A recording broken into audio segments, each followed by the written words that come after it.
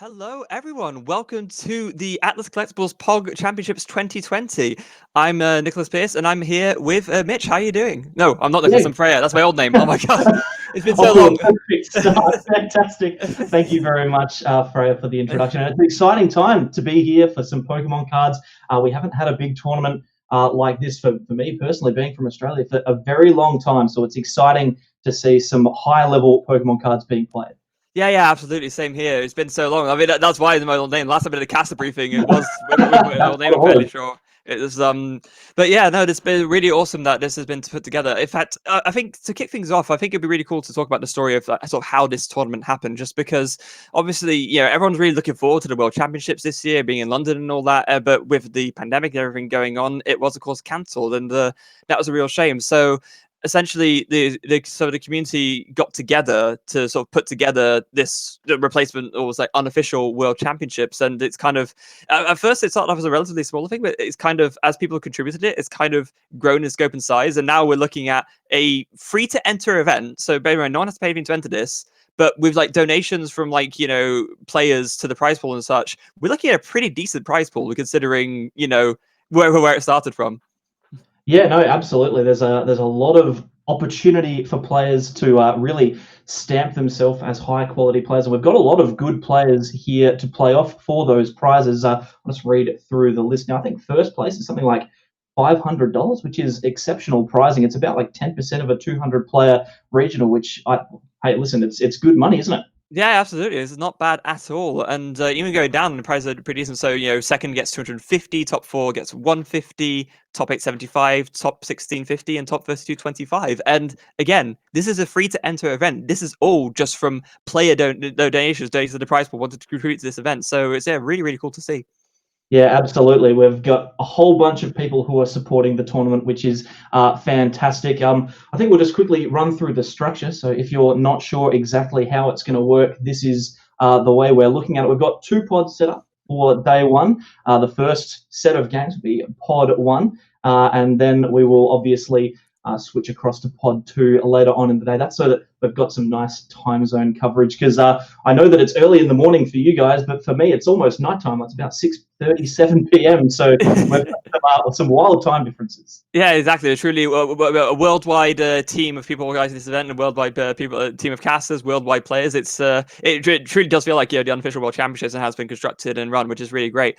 It will be 10 rounds of Swiss in total, best of one, no time limit, and the way you make it through is if you basically anyone X wins and 3 losses and above make it, and if you do make it to that, players will be dropped once they can no longer qualify. Yeah, exactly. So you want to make sure that you're not losing those 3 games, because obviously that's going to put you under a lot of pressure. But since it is best of one, there's always the opportunity that variance will catch you out. It's not a best of 3 tournament. Obviously, we don't No. have enough time to sort that out. So sometimes we might see some players that should be winning games with favorable matchups, maybe falling victim to a coin flip here or there, or even just a bad draw. Yeah, happens to the best of us, right? It's just one of those things where Yeah. best of one, you do have that little bit of variance there, which is why we tend to do like more Swiss rounds in that sort of case. But even then, sometimes it doesn't quite go your way. And now, that was a bit for day one. For day two, will be changes to best of 3 instead. It's basically with players who achieved day 2 Worlds invites, who will be invited to join that stage, along with the people who made it through day one. Then we go from further Swiss rounds from down until top 8, and then typical top 8 single elimination. So this tournament is basically tried to emulate a lot of the structure that the World Championships would usually have. Yeah, exactly. And I think the really cool thing about this one, as you mentioned before, is that it is free to enter. So we're not just going to be having those kind of niche players that you would see in the World Championships. Anyone could come out of this with a bit of success, but we will whittle it down to those top tier players in tomorrow's games, which is very exciting for me. I'm going to have to stay up nice and late to watch them all. It's very exciting. Yeah, absolutely. Same here. Now, we do have so round one. It won't be kicking off quite just yet. So we've got like a little bit of time to talk through. So maybe we should talk about a little bit about the sort of the metagame and what we expect from this tournament upcoming. So of course, this will be a tournament with Darkness Ablaze legal, but Hmm. we haven't rotated yet. So actually, this is going to be a tournament very similar to Japan's recent format, where we have the likes of Vikavolt GX and other newcomers in the format, but all the Ultra Prism stuff is still around. Yeah, it certainly is, and it means that we've got a unique opportunity to see things like Vikavolt V paired up with Electro Power, which we probably wouldn't have seen if not for this tournament. We've got Pikarom could potentially come through and see a big showing. Things like Baby Blacephalon aren't going to be losing those Fiery Flints, so there's a lot of decks that are going to get a bunch of extra consistency cards, maybe a couple of new cards floating around as well. But we're going to see a lot of those old decks with a lot of new good cards in their list. But that's not to say that things like Eternatus V-Max can't come through and have a strong showing as well. I'm interested to see how that particular card's going to go.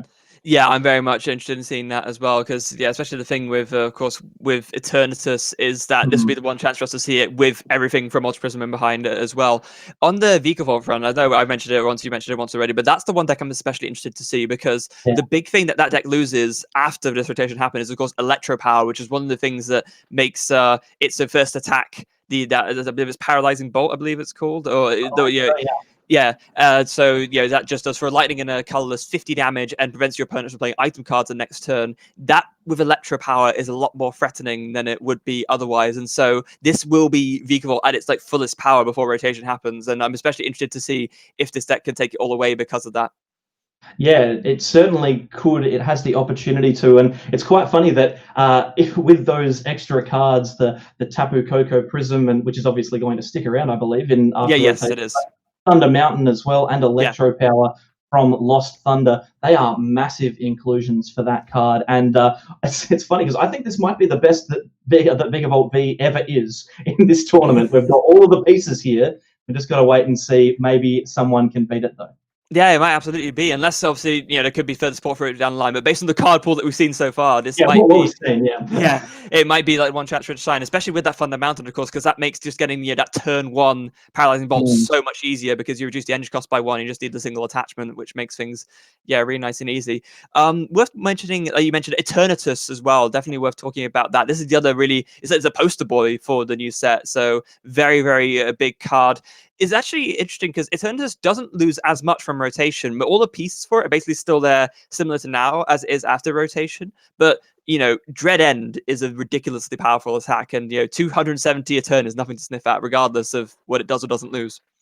Yeah, exactly. When you think about decks like ADP Zacian, where ADP has 280 HP, decks like Pikarom, which we've been talking about, all these tag team decks have 270, 280 HP, and that's very easy for Eternatus to hit a Zigzagoon tick here or there. That 10 damage from Galarian Zigzagoon could potentially see those tag teams getting knocked out by Eternatus very quickly. So it's got the firepower. The question is it going to be able to get those 8 Pokemon in play on the bench quick enough to get the knockouts on those turbo tag team decks? I'm curious. Yes, I'm curious about that as well, and it's a lot of illusions have been made comparing Eternatus VMAX to Mega Rayquaza EX, of course, because they're very similar. They do more damage the more stuff you have out, but the biggest difference is obviously the main draw engine for the Eternatus V deck is, of course, that Crobat V. That's probably the most hype card from the new set. Just allows you to, when you bench it, draw cards until you have 6 cards in your hand,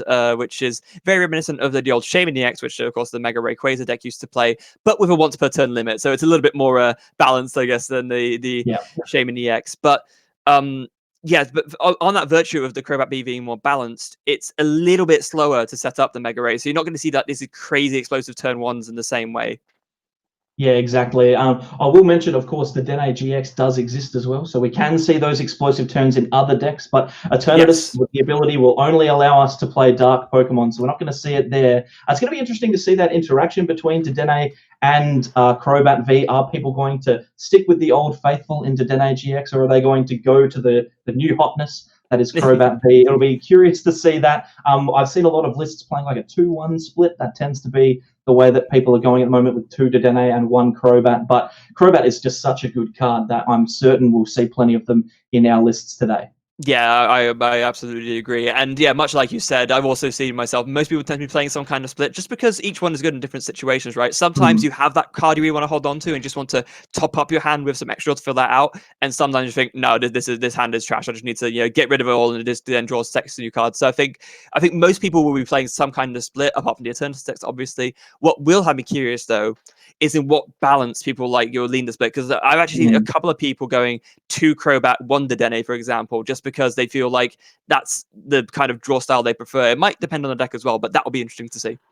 It certainly will, and it'll be curious to see how decks like Baby Blacephalon treat Dedenne and Crobat. Some decks won't go with any Crobats at all because they just want that raw draw, whereas other decks, maybe more setup style decks, will probably favour those Crobats because they want to hold the pieces in their hand. It'll be also really, really good to see all of our decks with Jirachi and a skateboard because this will be the last chance that we get to see that combination before a skateboard does rotate. So we'll make sure that we sleeve all of those up for today so we can get those Jirachis in and out of the active. But there's a ton of cool stuff that we're going to be seeing over the next few hours. And I can't even begin to tell you all of the cool combinations that I've seen in testing. So I'm very excited to see how today is going to go. Yeah, I mean, me too. I am mega hyped for that. Mm. So we just had news in. We can confirm that the amount of players that we have in Pod One. So we have competing for those day two slots. We have 432 players in Pod One today. That's actually bigger than a few day one worlds that we've had. Hey, listen, that's if we're talking about an Australian tournament. We barely get 100 players at our tournament. 400 is massive. I'm thinking, how are we going to fit all these people in the same space? That's a fantastic achievement, and it just goes to show how all of those players who are now coming through, because it's free to enter. You don't have to have qualified or anything like that. We can see everyone having an opportunity to be successful at the POG Champs. I'm super hyped. Yeah, me too. And another thing that's really cool as well, like we kind of like made allusions a little bit to this earlier, but the fact that it is like a free to enter event, and Mm. anyone, it's an online tournament, anyone can enter, means that we might see some names, coming through and seeing success that we might not have seen otherwise. I think back to some of the previous online events that I've seen, the likes of players like Dominic Malecki from Poland, who came through to do well in one of the Limitless Invitationals. So seeing new players like that come through and do really well is something that I'm really, really hyped to see. Maybe it'll happen again. Who knows? Yeah, exactly. We could see anyone come in, and it's great for players who don't have active local bases because I know that there are some people who are just really, really keen to play Pokemon. They're really good at it. They just don't have anyone to play with. So playing online in a massive tournament like this is an opportunity to show off all of the skill in the world and try and become the POG champ for 2020. Yes, it is. It is the hypest of hype. Now, we're not quite ready to kick off just yet. We've got a couple more minutes to sort of tide you over. I believe we can confirm for you, however, who will we be featuring for our first feature match, and we will be featuring Philip Schultz of Germany. I'm Oh, sure there'll be a name familiar to many of you at home. I'm sure. they're certainly a very highly credentialed player. So here we are sitting talking about how anyone can be successful, but we've got one of the best players in the world on our first match, which is very exciting. And I think he's playing Pikarom, which is going to be really cool. One of the best decks in our last format, Mhm. accented with a couple of those new Darkness Ablaze cards. So that's going to be really cool to see how they interact. Yes, yeah, it really will be. I absolutely cannot wait. Pikarom does gain a few new tools, which is quite interesting. So, of course, again, this will be a kind of a last hurrah for Pikarom as a Hmm. deck. It feels like because it's losing both Electro Power and Thunder Mountain, which are absolutely two huge cards for it. But it gains access to Vikavolt V. That might be something you want to play. Yeah, exactly. And when you've got electro power as well, you can see all of those Vikavolt attacks doing more than 50, get you 80 or 110 damage. And when your opponent can't play items to counteract that, it's going to be a big deal. I know Crobat is probably going to be one of those cards that can potentially see play in Pikarom as well, because all the Pikarom's really looking to do early is get attachments. And if you can play Dedenne and Crobat in the same turn, then you're almost guaranteed to hit it. So it should be good. It's just a matter of whether or not the consistency from Pikarom can maintain itself with those extra little added attackers in there. Yeah, and that, and also whether it contend with the other newcomers that come along. Just all sorts to really consider. Now, another deck that I don't know if anyone necessarily played today, but I'm also very interested in. Charizard V-Max. Oh Now, yes. so this is something that there's been a few murmurs around about how this might be a thing. Normally when a new Charizard comes out, it's just if people think it as a collector's card, it does an absurd amount of damage, but it's not efficient to power up, so you would never Mm. actually play it. This Charizard VMAX is a little bit different. There are people talking about how this might actually be a contender, which has me fascinated. Yeah, exactly. It's a really, really cool card. I think I'm glad that we're playing online today because I would not want to buy 4 of those No, VMAXs in neither real would life. I. That would be an obnoxious deck to play in real life. But Yeah. with 3 fire energy and 2 colors for 300 damage, it seems like it's out of reach. But with Volcanion being able to accelerate that energy with Welder and triple acceleration energy working because it is a VMAX Pokemon, so it's an evolution from the Charizard V. It can get that 300 off very consistently. It's just a matter of whether or not 300 damage is enough, which is a ridiculous sentence to say, really. Is 300 damage enough? But for lots of decks, it's not going to be. No, it's a sign of the times, isn't it? There's a time where before we go with, oh yeah, Charizard does 300 damage. Of course it does, but it never power up, but it's Totally fine. fine. Yeah, but now it's like, oh wait, maybe you can power this up. Wait, maybe Oh, this isn't even enough. What? everything's got 320 damage. What am I supposed to do? Exactly. But no, it should be really, really good. And it's obviously got the downside of being a welder deck, which does sometimes cause some consistency issues relying on welder for card draw. But I know that there are a lot of players who are super, super keen on starting second in this tournament, which is not something that I've seen for a very long time. And so if Pokemon, like if we're starting going second, then Pokemon can get powered up very, very quickly. Welder's live on your first turn of the game. Maybe we can see it be successful. Yeah, that's the fascinating thing, isn't it? Sort of ever since the new rule change at the beginning of Sword and Shield, where you can't play a supporter turn 1, there is now 99% of the time before, maybe even like 99.99%, you'd pick to go first. There's like a few like niche situations where you pick second, but mostly you pick first. That is not the case anymore, and there are even decks like Charizard which are actually built to go second, just because being able to do that for your Flare starter with the Volcanion and attach free energy to your Charizard from that is immensely powerful. That, and you get to play the first supporter, so you're more likely to be able to set up. Yeah, exactly. And I'll tell you what, we've talked about it a lot already, but Vikavolt, that's a frightening card going second. I hope you don't care about any of the cards in your hand because Vikavolt is very likely to get that item lock off on turn 1 with Thunder Mountain and a single energy attachment. So there is a lot of reason to be going second in these games. And I'm actually not going to be surprised if we see a lot of players choosing to go second rather than first when they win the coin flip. Yeah, and again, it's like everything's backwards, right? It's like all of a sudden everything's flipped on its head, and like the preconceived, notions of wisdom around what you do in a game of Pokemon are suddenly not applying in the same way. So, Yeah. It's gonna be really interesting to see how it goes.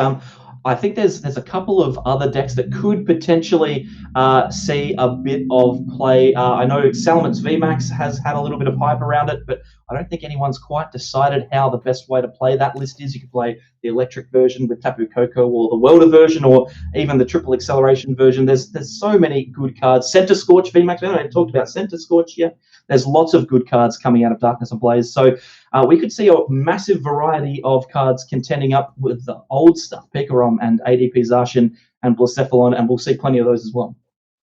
yeah, absolutely, we could. And it looks like, we can now confirm the pairings for round 1 are now up. So let's have a look. So we do know who Philip. We know that we've featured Philip Schultz, but let's see who we're playing against. Okay, we can confirm he will be playing against Roberto T. Oh, Roberto T. There you go. Very exciting. The first potential, like, not a name I recognize, got to say. So the potential newcomer for to see some level of success.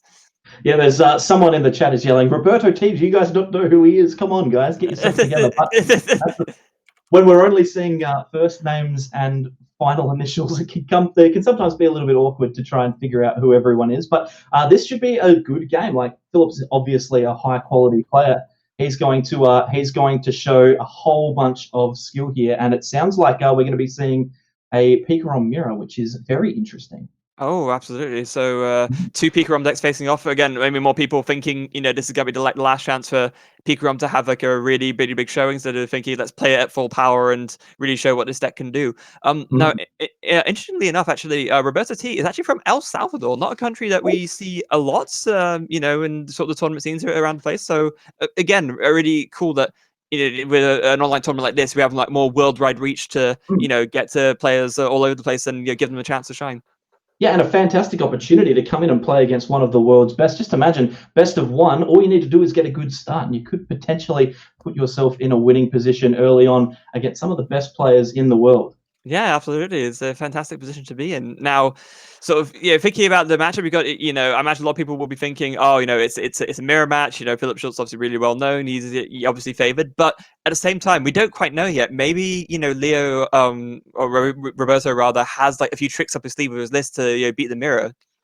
Yeah, well, and it could come down to those texts like, does Vikavolt get played? Are there any other spicy cards that get thrown into the mix? Or is it just going to come down to energy attachments? Does the player going second get their full blitz off and therefore get their energy accelerated? So it could go one of two ways. It depends on how the players have built their lists. It really could. Oh, okay. I've just got up Roberto's list right now. I don't want to reveal too much straight away, but there are some spicy choices in this list. I'll tell you that much. Okay, here we go. That's very exciting. I like that a lot. Yes. In fact, wait a minute. No. Oh, okay. Okay, we were slightly misinformed. This is not a Pikarom mirror. Okay, righto.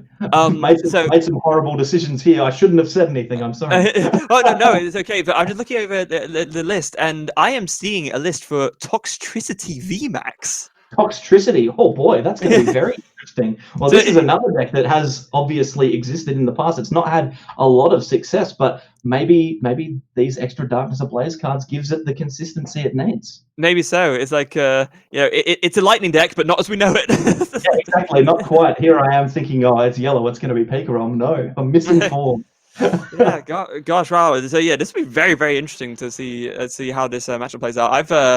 I'm not sure I've actually seen the Toxtricity VMAX deck in action. I know like a few people played it around about the time Rebel Clash came out, but it kind of dropped off a little bit and didn't see like a massive amount of success. But yeah, like you said, maybe with these new Darkness Ablaze editions, maybe it will actually have what it needs to see the success it needs.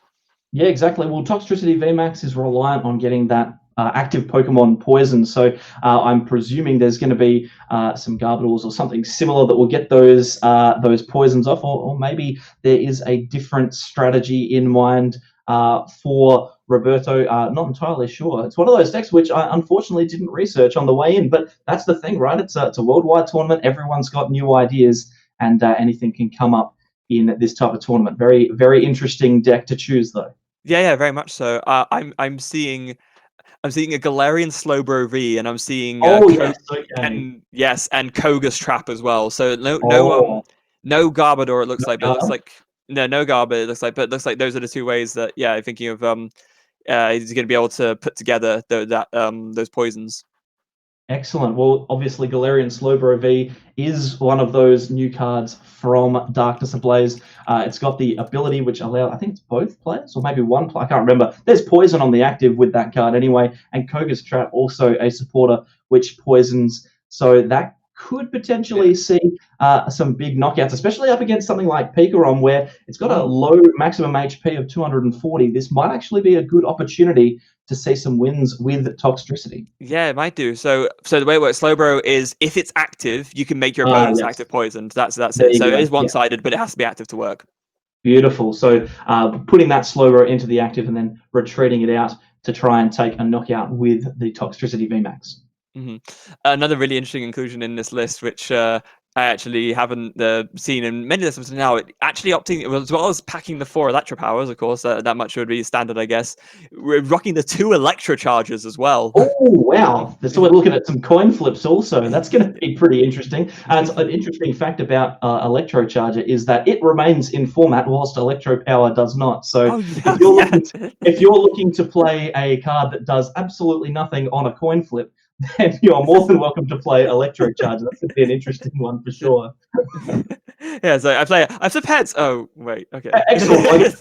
My Electro Power's in, I guess. I don't know. Yeah. Let's figure out what we do. Yeah, and that's something that's like a little bit of a relic of the way sets get translated from Japan over to here, because of course in Japan, like a main set gets released, and then they have like the 2 like mini expansion sets after it. Whereas the way we tend to get sets is we tend to get the newest set plus the 2 expansion sets from the last set all together. So it doesn't quite line up in the same way where, Electro Charger would have been in one of the expansion sets, but Electro Power wasn't. So that's why it's lined up like that. Yeah, exactly. But it's it's not going to make that much difference. But it is really cool that we're seeing it in a competitive tournament. I've actually not seen a deck with Electro Charger in it in a very long time. I think the very first tournament that it came out, I saw it once, and that's pretty much it. So hoping to get a couple of those coin flips to get those Electro powers back, so that Toxtricity can deal even more damage than it already will. Yeah, I absolutely will. So, okay, I guess slightly rephrasing the question now that we know what the matchup is going to be like. Who do you think has the edge here between these two? Looking at Toxtricity V-Max against Pika Rom. What are your thoughts? Well, it's a really interesting one because Toxtricity VMAX has the damage output, right? It's as simple as that. It has the damage output, but Pikarom is so consistent, and it was the best deck in our last format, and I see no reason that will change. I'm tipping a win for Pikarom here, but it is going to rely on that luck. It is a best of one, and if Pikarom stumbles at any point, misses a full blitz or misses in a knockout when it needs it, then there very easily could be an upset. But for me, it's got to be Pikarom. It's so consistent, easy to set up, and I know if there are some sneaky texts from Philip, then that we'll probably see a pretty convincing victory. But anything can happen. That's the thing. Yeah, anything can happen in Pokemon, and to paraphrase the legendary Murray Walker, it usually does. So it usually does. Yeah, exactly. if it can go wrong, then it absolutely will. Yeah. So right, we're just waiting now for the players to get set up ready in their match. Like I said, we do have the pairings, but of course, this being a online tournament, we've got to get the players, to add each other on the friends list, and then set up the challenge match. So we're just waiting for that to happen right now. Yeah, it is interesting with Pikarom because, like you said, it is the most consistent of the two. It's the one that's seen the most success. So I think it does make sense to kind of like give it the edge in that sort of way. And of course, it says energy acceleration as well. With Pikarom, you're playing a bunch of lightning attackers, but because you have the Pikachu and Zekrom GX with that full blitz attack, you're much more likely to be able to get things powered up more quickly. And Toxtricity VMAX's energy cost is not cheap either. No, it's not. It's a two lightning, one colorless. I think is the attack cost there. So you're going to be able to get one powered up relatively easy with a Tapu Koko or a Thunder Mountain. But after that, you're going to need to rely on a little bit of luck here or there. I'm not seeing any other energy acceleration in the list here, so could go either way. If the Toxtricity VMAX survives, which it could, it's got a huge HP, then it might be able to push through and take some knockouts. But we know just how fast Pikarom is. It is super, super consistent when it comes to powering itself up. So as long as the first full blitz comes off without a hitch, it should be able to stream attackers relatively easily. Yeah, I think the main thing is going to be reaching for if it's wanted like the one-hit knockout. To do that, you'd have to play a lot of Electro Power and use a Alolan Raichu and Raichu's GX as attack, for example. That's how you'd reach for it. Otherwise, you're basically guaranteed to be able to survive 2 hits because of how big Toxtricity is. In terms of energy acceleration, by the way, there is a Bolton V in there as well. So that's like the other. That is true, yeah. It's not ideal, but that's like the only other acceleration you have other than the Tapu Koko Prism Star. Then again, that's another reason to go second, right? Bolton V, very, very powerful early on, and it only gives up 2 prize cards, so you can control that prize race a little bit. If you do have that Bolton knocked out early, then you can force your opponent to take 6 more prizes instead of the 4 that they would need to win the game, take 2 VMAX knockouts. So that is a potential option as well. But if we are seeing that Galarian Slowbro V being used for poison, then that might toss a bit of a wrench into those plans. I'm seeing all sorts of really interesting counts in these both of these lists actually. So I'm super excited to see how this goes. There's things like Galar Mines we're seeing. There's all sorts of stuff in these deck lists. So I cannot wait until these games get going. And it's unfortunately the thing with online tournaments is sometimes it does take that little bit of extra time to get set up. But rest assured, once we get started, this is going to be a hell of a game to start off. Yeah, it will. Talk about interesting cards in both lists. Now, something that I was very interested in seeing was the Wondrous Labyrinth in Philip's list. This is probably like the spiciest card I've seen in this whole list. And I mean, we were just sat here before we went live trying to figure out because we had a little bit of a look at the list before.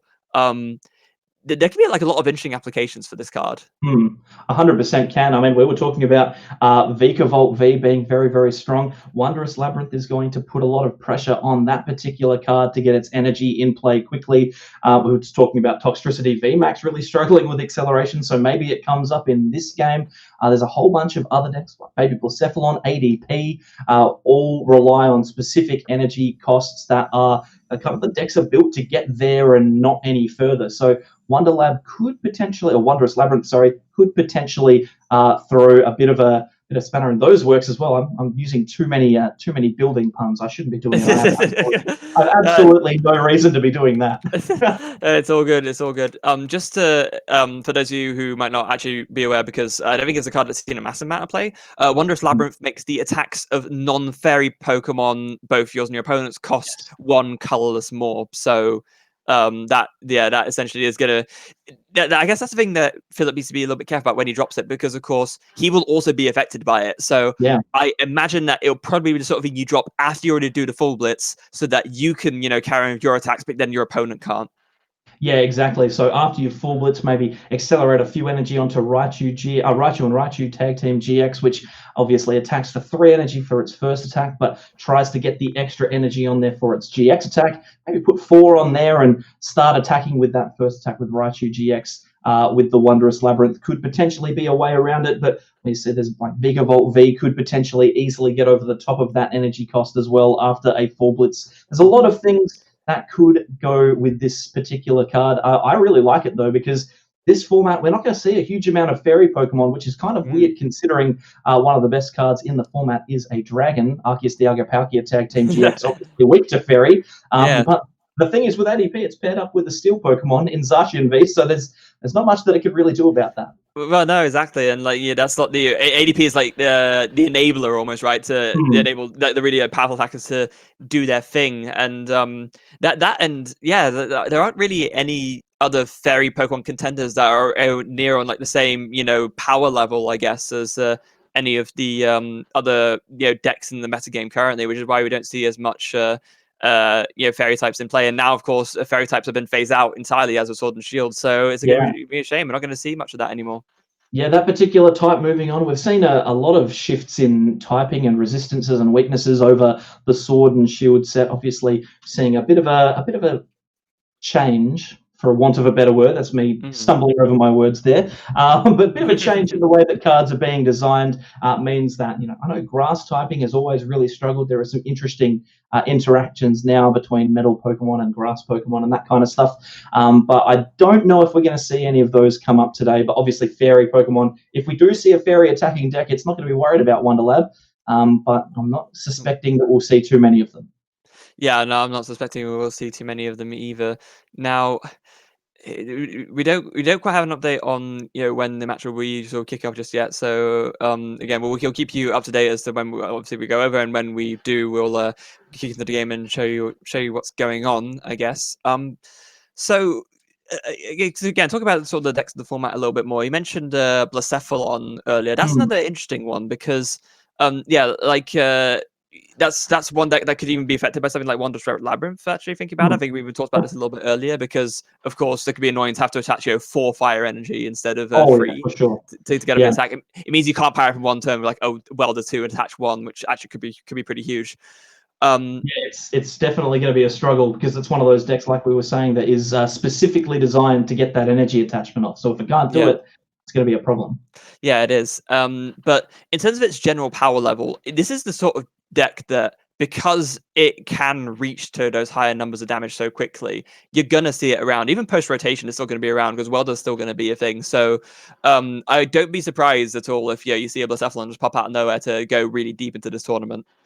Yeah, and with Blacephalon, one of the things that it does really, really well is when it is consistently taking knockouts, it is very, very tough to beat, especially when you're playing with Pokemon that give up 3 prizes, tag teams, or VMAXs. It's one of the only Pokemon that is going to be able to consistently get those knockouts. The big issue for it, though, is getting those knockouts consistently, surprisingly enough.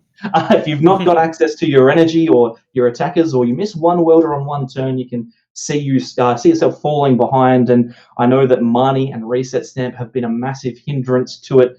Seeing things like seeing all of your cards go back into your deck, trying to play cards like Oricorio or Zacian to try and draw extra cards in the early game to set yourself up. So it's going to be a really, really good deck. Obviously, losing a few kind of structurally key cards after rotation, but we'll see them all here today. Yeah, and not only that, but of course, in the advent of the VMAX era, of course, like say for example, you're starting from nothing with a Blacephalon. To get a one-hit knockout on a VMAX, you need to find 10 fire energy, 2 to welder on, 1 to attach, and then draw 7 more to do like 350 damage to KO a VMAX. It's a lot to ask for.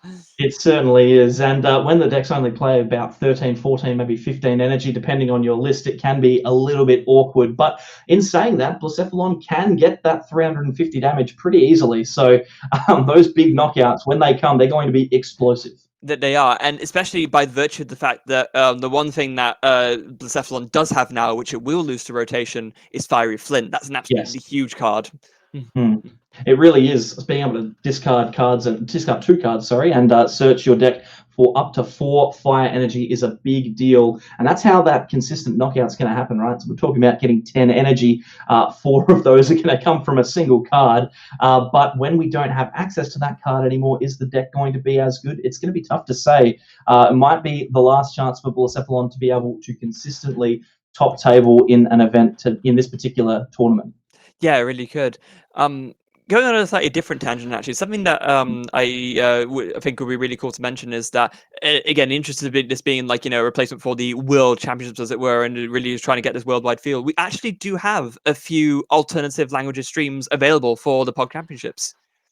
Yeah, that's true. I believe there's some stuff going around in Japanese. So if you're using English as a second language and you're a native Japanese speaker, then you can check that one out. I know there's a couple of European languages as well. French, I know there's all sorts of stuff going on. So definitely check those out if you would prefer, rather than desperately trying to translate an English person and an Australian person's accent. You try to understand what's going on. But yeah, no, definitely really, really good. It's good to see such inclusivity in the community because it is a worldwide event and everyone around the world likes Pokemon, right? Yeah, exactly. And especially if you are tuning into the French commentary stream, you're in for a real treat because we have Stefan Ivanov on the desk for the French, and of course he's one of the best players in the world. So in for an absolute treat if you're on the French language stream. Yeah, certainly are. Stefan, a very, very strong player, has got plenty of like results behind him. So definitely go and check that one. I'd even go and check it out if you don't speak French, to be honest. Yeah, me too. You probably still learn something because he's that good. Yeah, you absolutely will. So yeah, as we're going through, still no update, unfortunately, on sort of kicking off the game. We're just going to try and we're going to try and keep you entertained as long as possible whilst we just see what's going on. This is one of the things that does happen sometimes, unfortunately, with events. Sometimes maybe connections are a little bit dodgy, or for some reason the players aren't able to make it, and so that's the end up with, I guess, the free wins sometimes. But it's just a shame when this happens. It's not very much we can do. Yeah, it's unfortunate, but that's okay. We'll get to some games eventually. I'm just taking a look at some of the other lists. I'm just randomly clicking through some deck lists at the moment, trying to see what kind of things people are bringing. And there is a lot of interesting stuff coming to this tournament. I'm just looking at a list at the moment, which is the famous Ultimate Mewtwo, or like Galaxy Mewtwo, or whatever Henry Grand World Champion is calling his list these days. I was going to say that's the Australia special, isn't it? It certainly is. The Vegemite special. It changes every 2 minutes, this deck. It's absolute madness. So we're seeing that floating around. Obviously, ADP is here as well. I've seen Baby Blacephalon. I'm seeing some Lucario Melmetal as well, which is another defensive deck that we haven't talked too much about. So there's a lot of variety floating around. So as soon as we do get into some games, we're going to see some really, really cool decks here. Lots of cool stuff. So is it official then? Can we call that version of Mewtwo Vegemite Mewtwo, or is that not allowed? Hey, listen, you'll have to ask Henry because it's his, right? He's the one who gets the naming rights, and I believe he'll be commentating later on. So maybe we could pose that to him.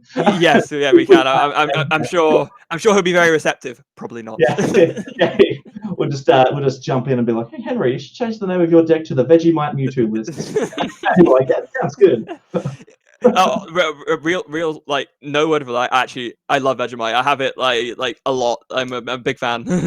It's a very divisive spread. I will say It that much. is. It is. Yeah. It's a very strange sentence to have said, but I think the problem is that lots of people around the world, for whatever reason, choose to like lump it on like it's Nutella. Don't do Yes, that. they do. Yeah, You're gonna hurt yourself. That's terrible. Yeah, I was lucky because like my dad actually grew up. When I say grew up, he used to work on cruise ships, and he was Yep. in Australia for quite a bit. So they taught him how to have it properly, essentially. So Yeah, I've well, always like had it properly. it's a key skill, isn't it? You need to Yeah, know. it really is. On toast with butter or cheese. Yes. That's the key. But yeah, no, you definitely don't want to be like on American talk shows where people are like lumping huge amounts on. It's just No. you're asking for trouble there. Yeah, you're right. Yeah, you really are. Right. Anyway, I think perhaps it might be best if we just cut to a short break right now, just so if we wait for everything to go on. I think the Vegemite talk maybe a little bit. Yeah. So we'll be back as soon as we can, guys, with the rounds as soon as they're back. So don't go anywhere. We're going to be right back with round one.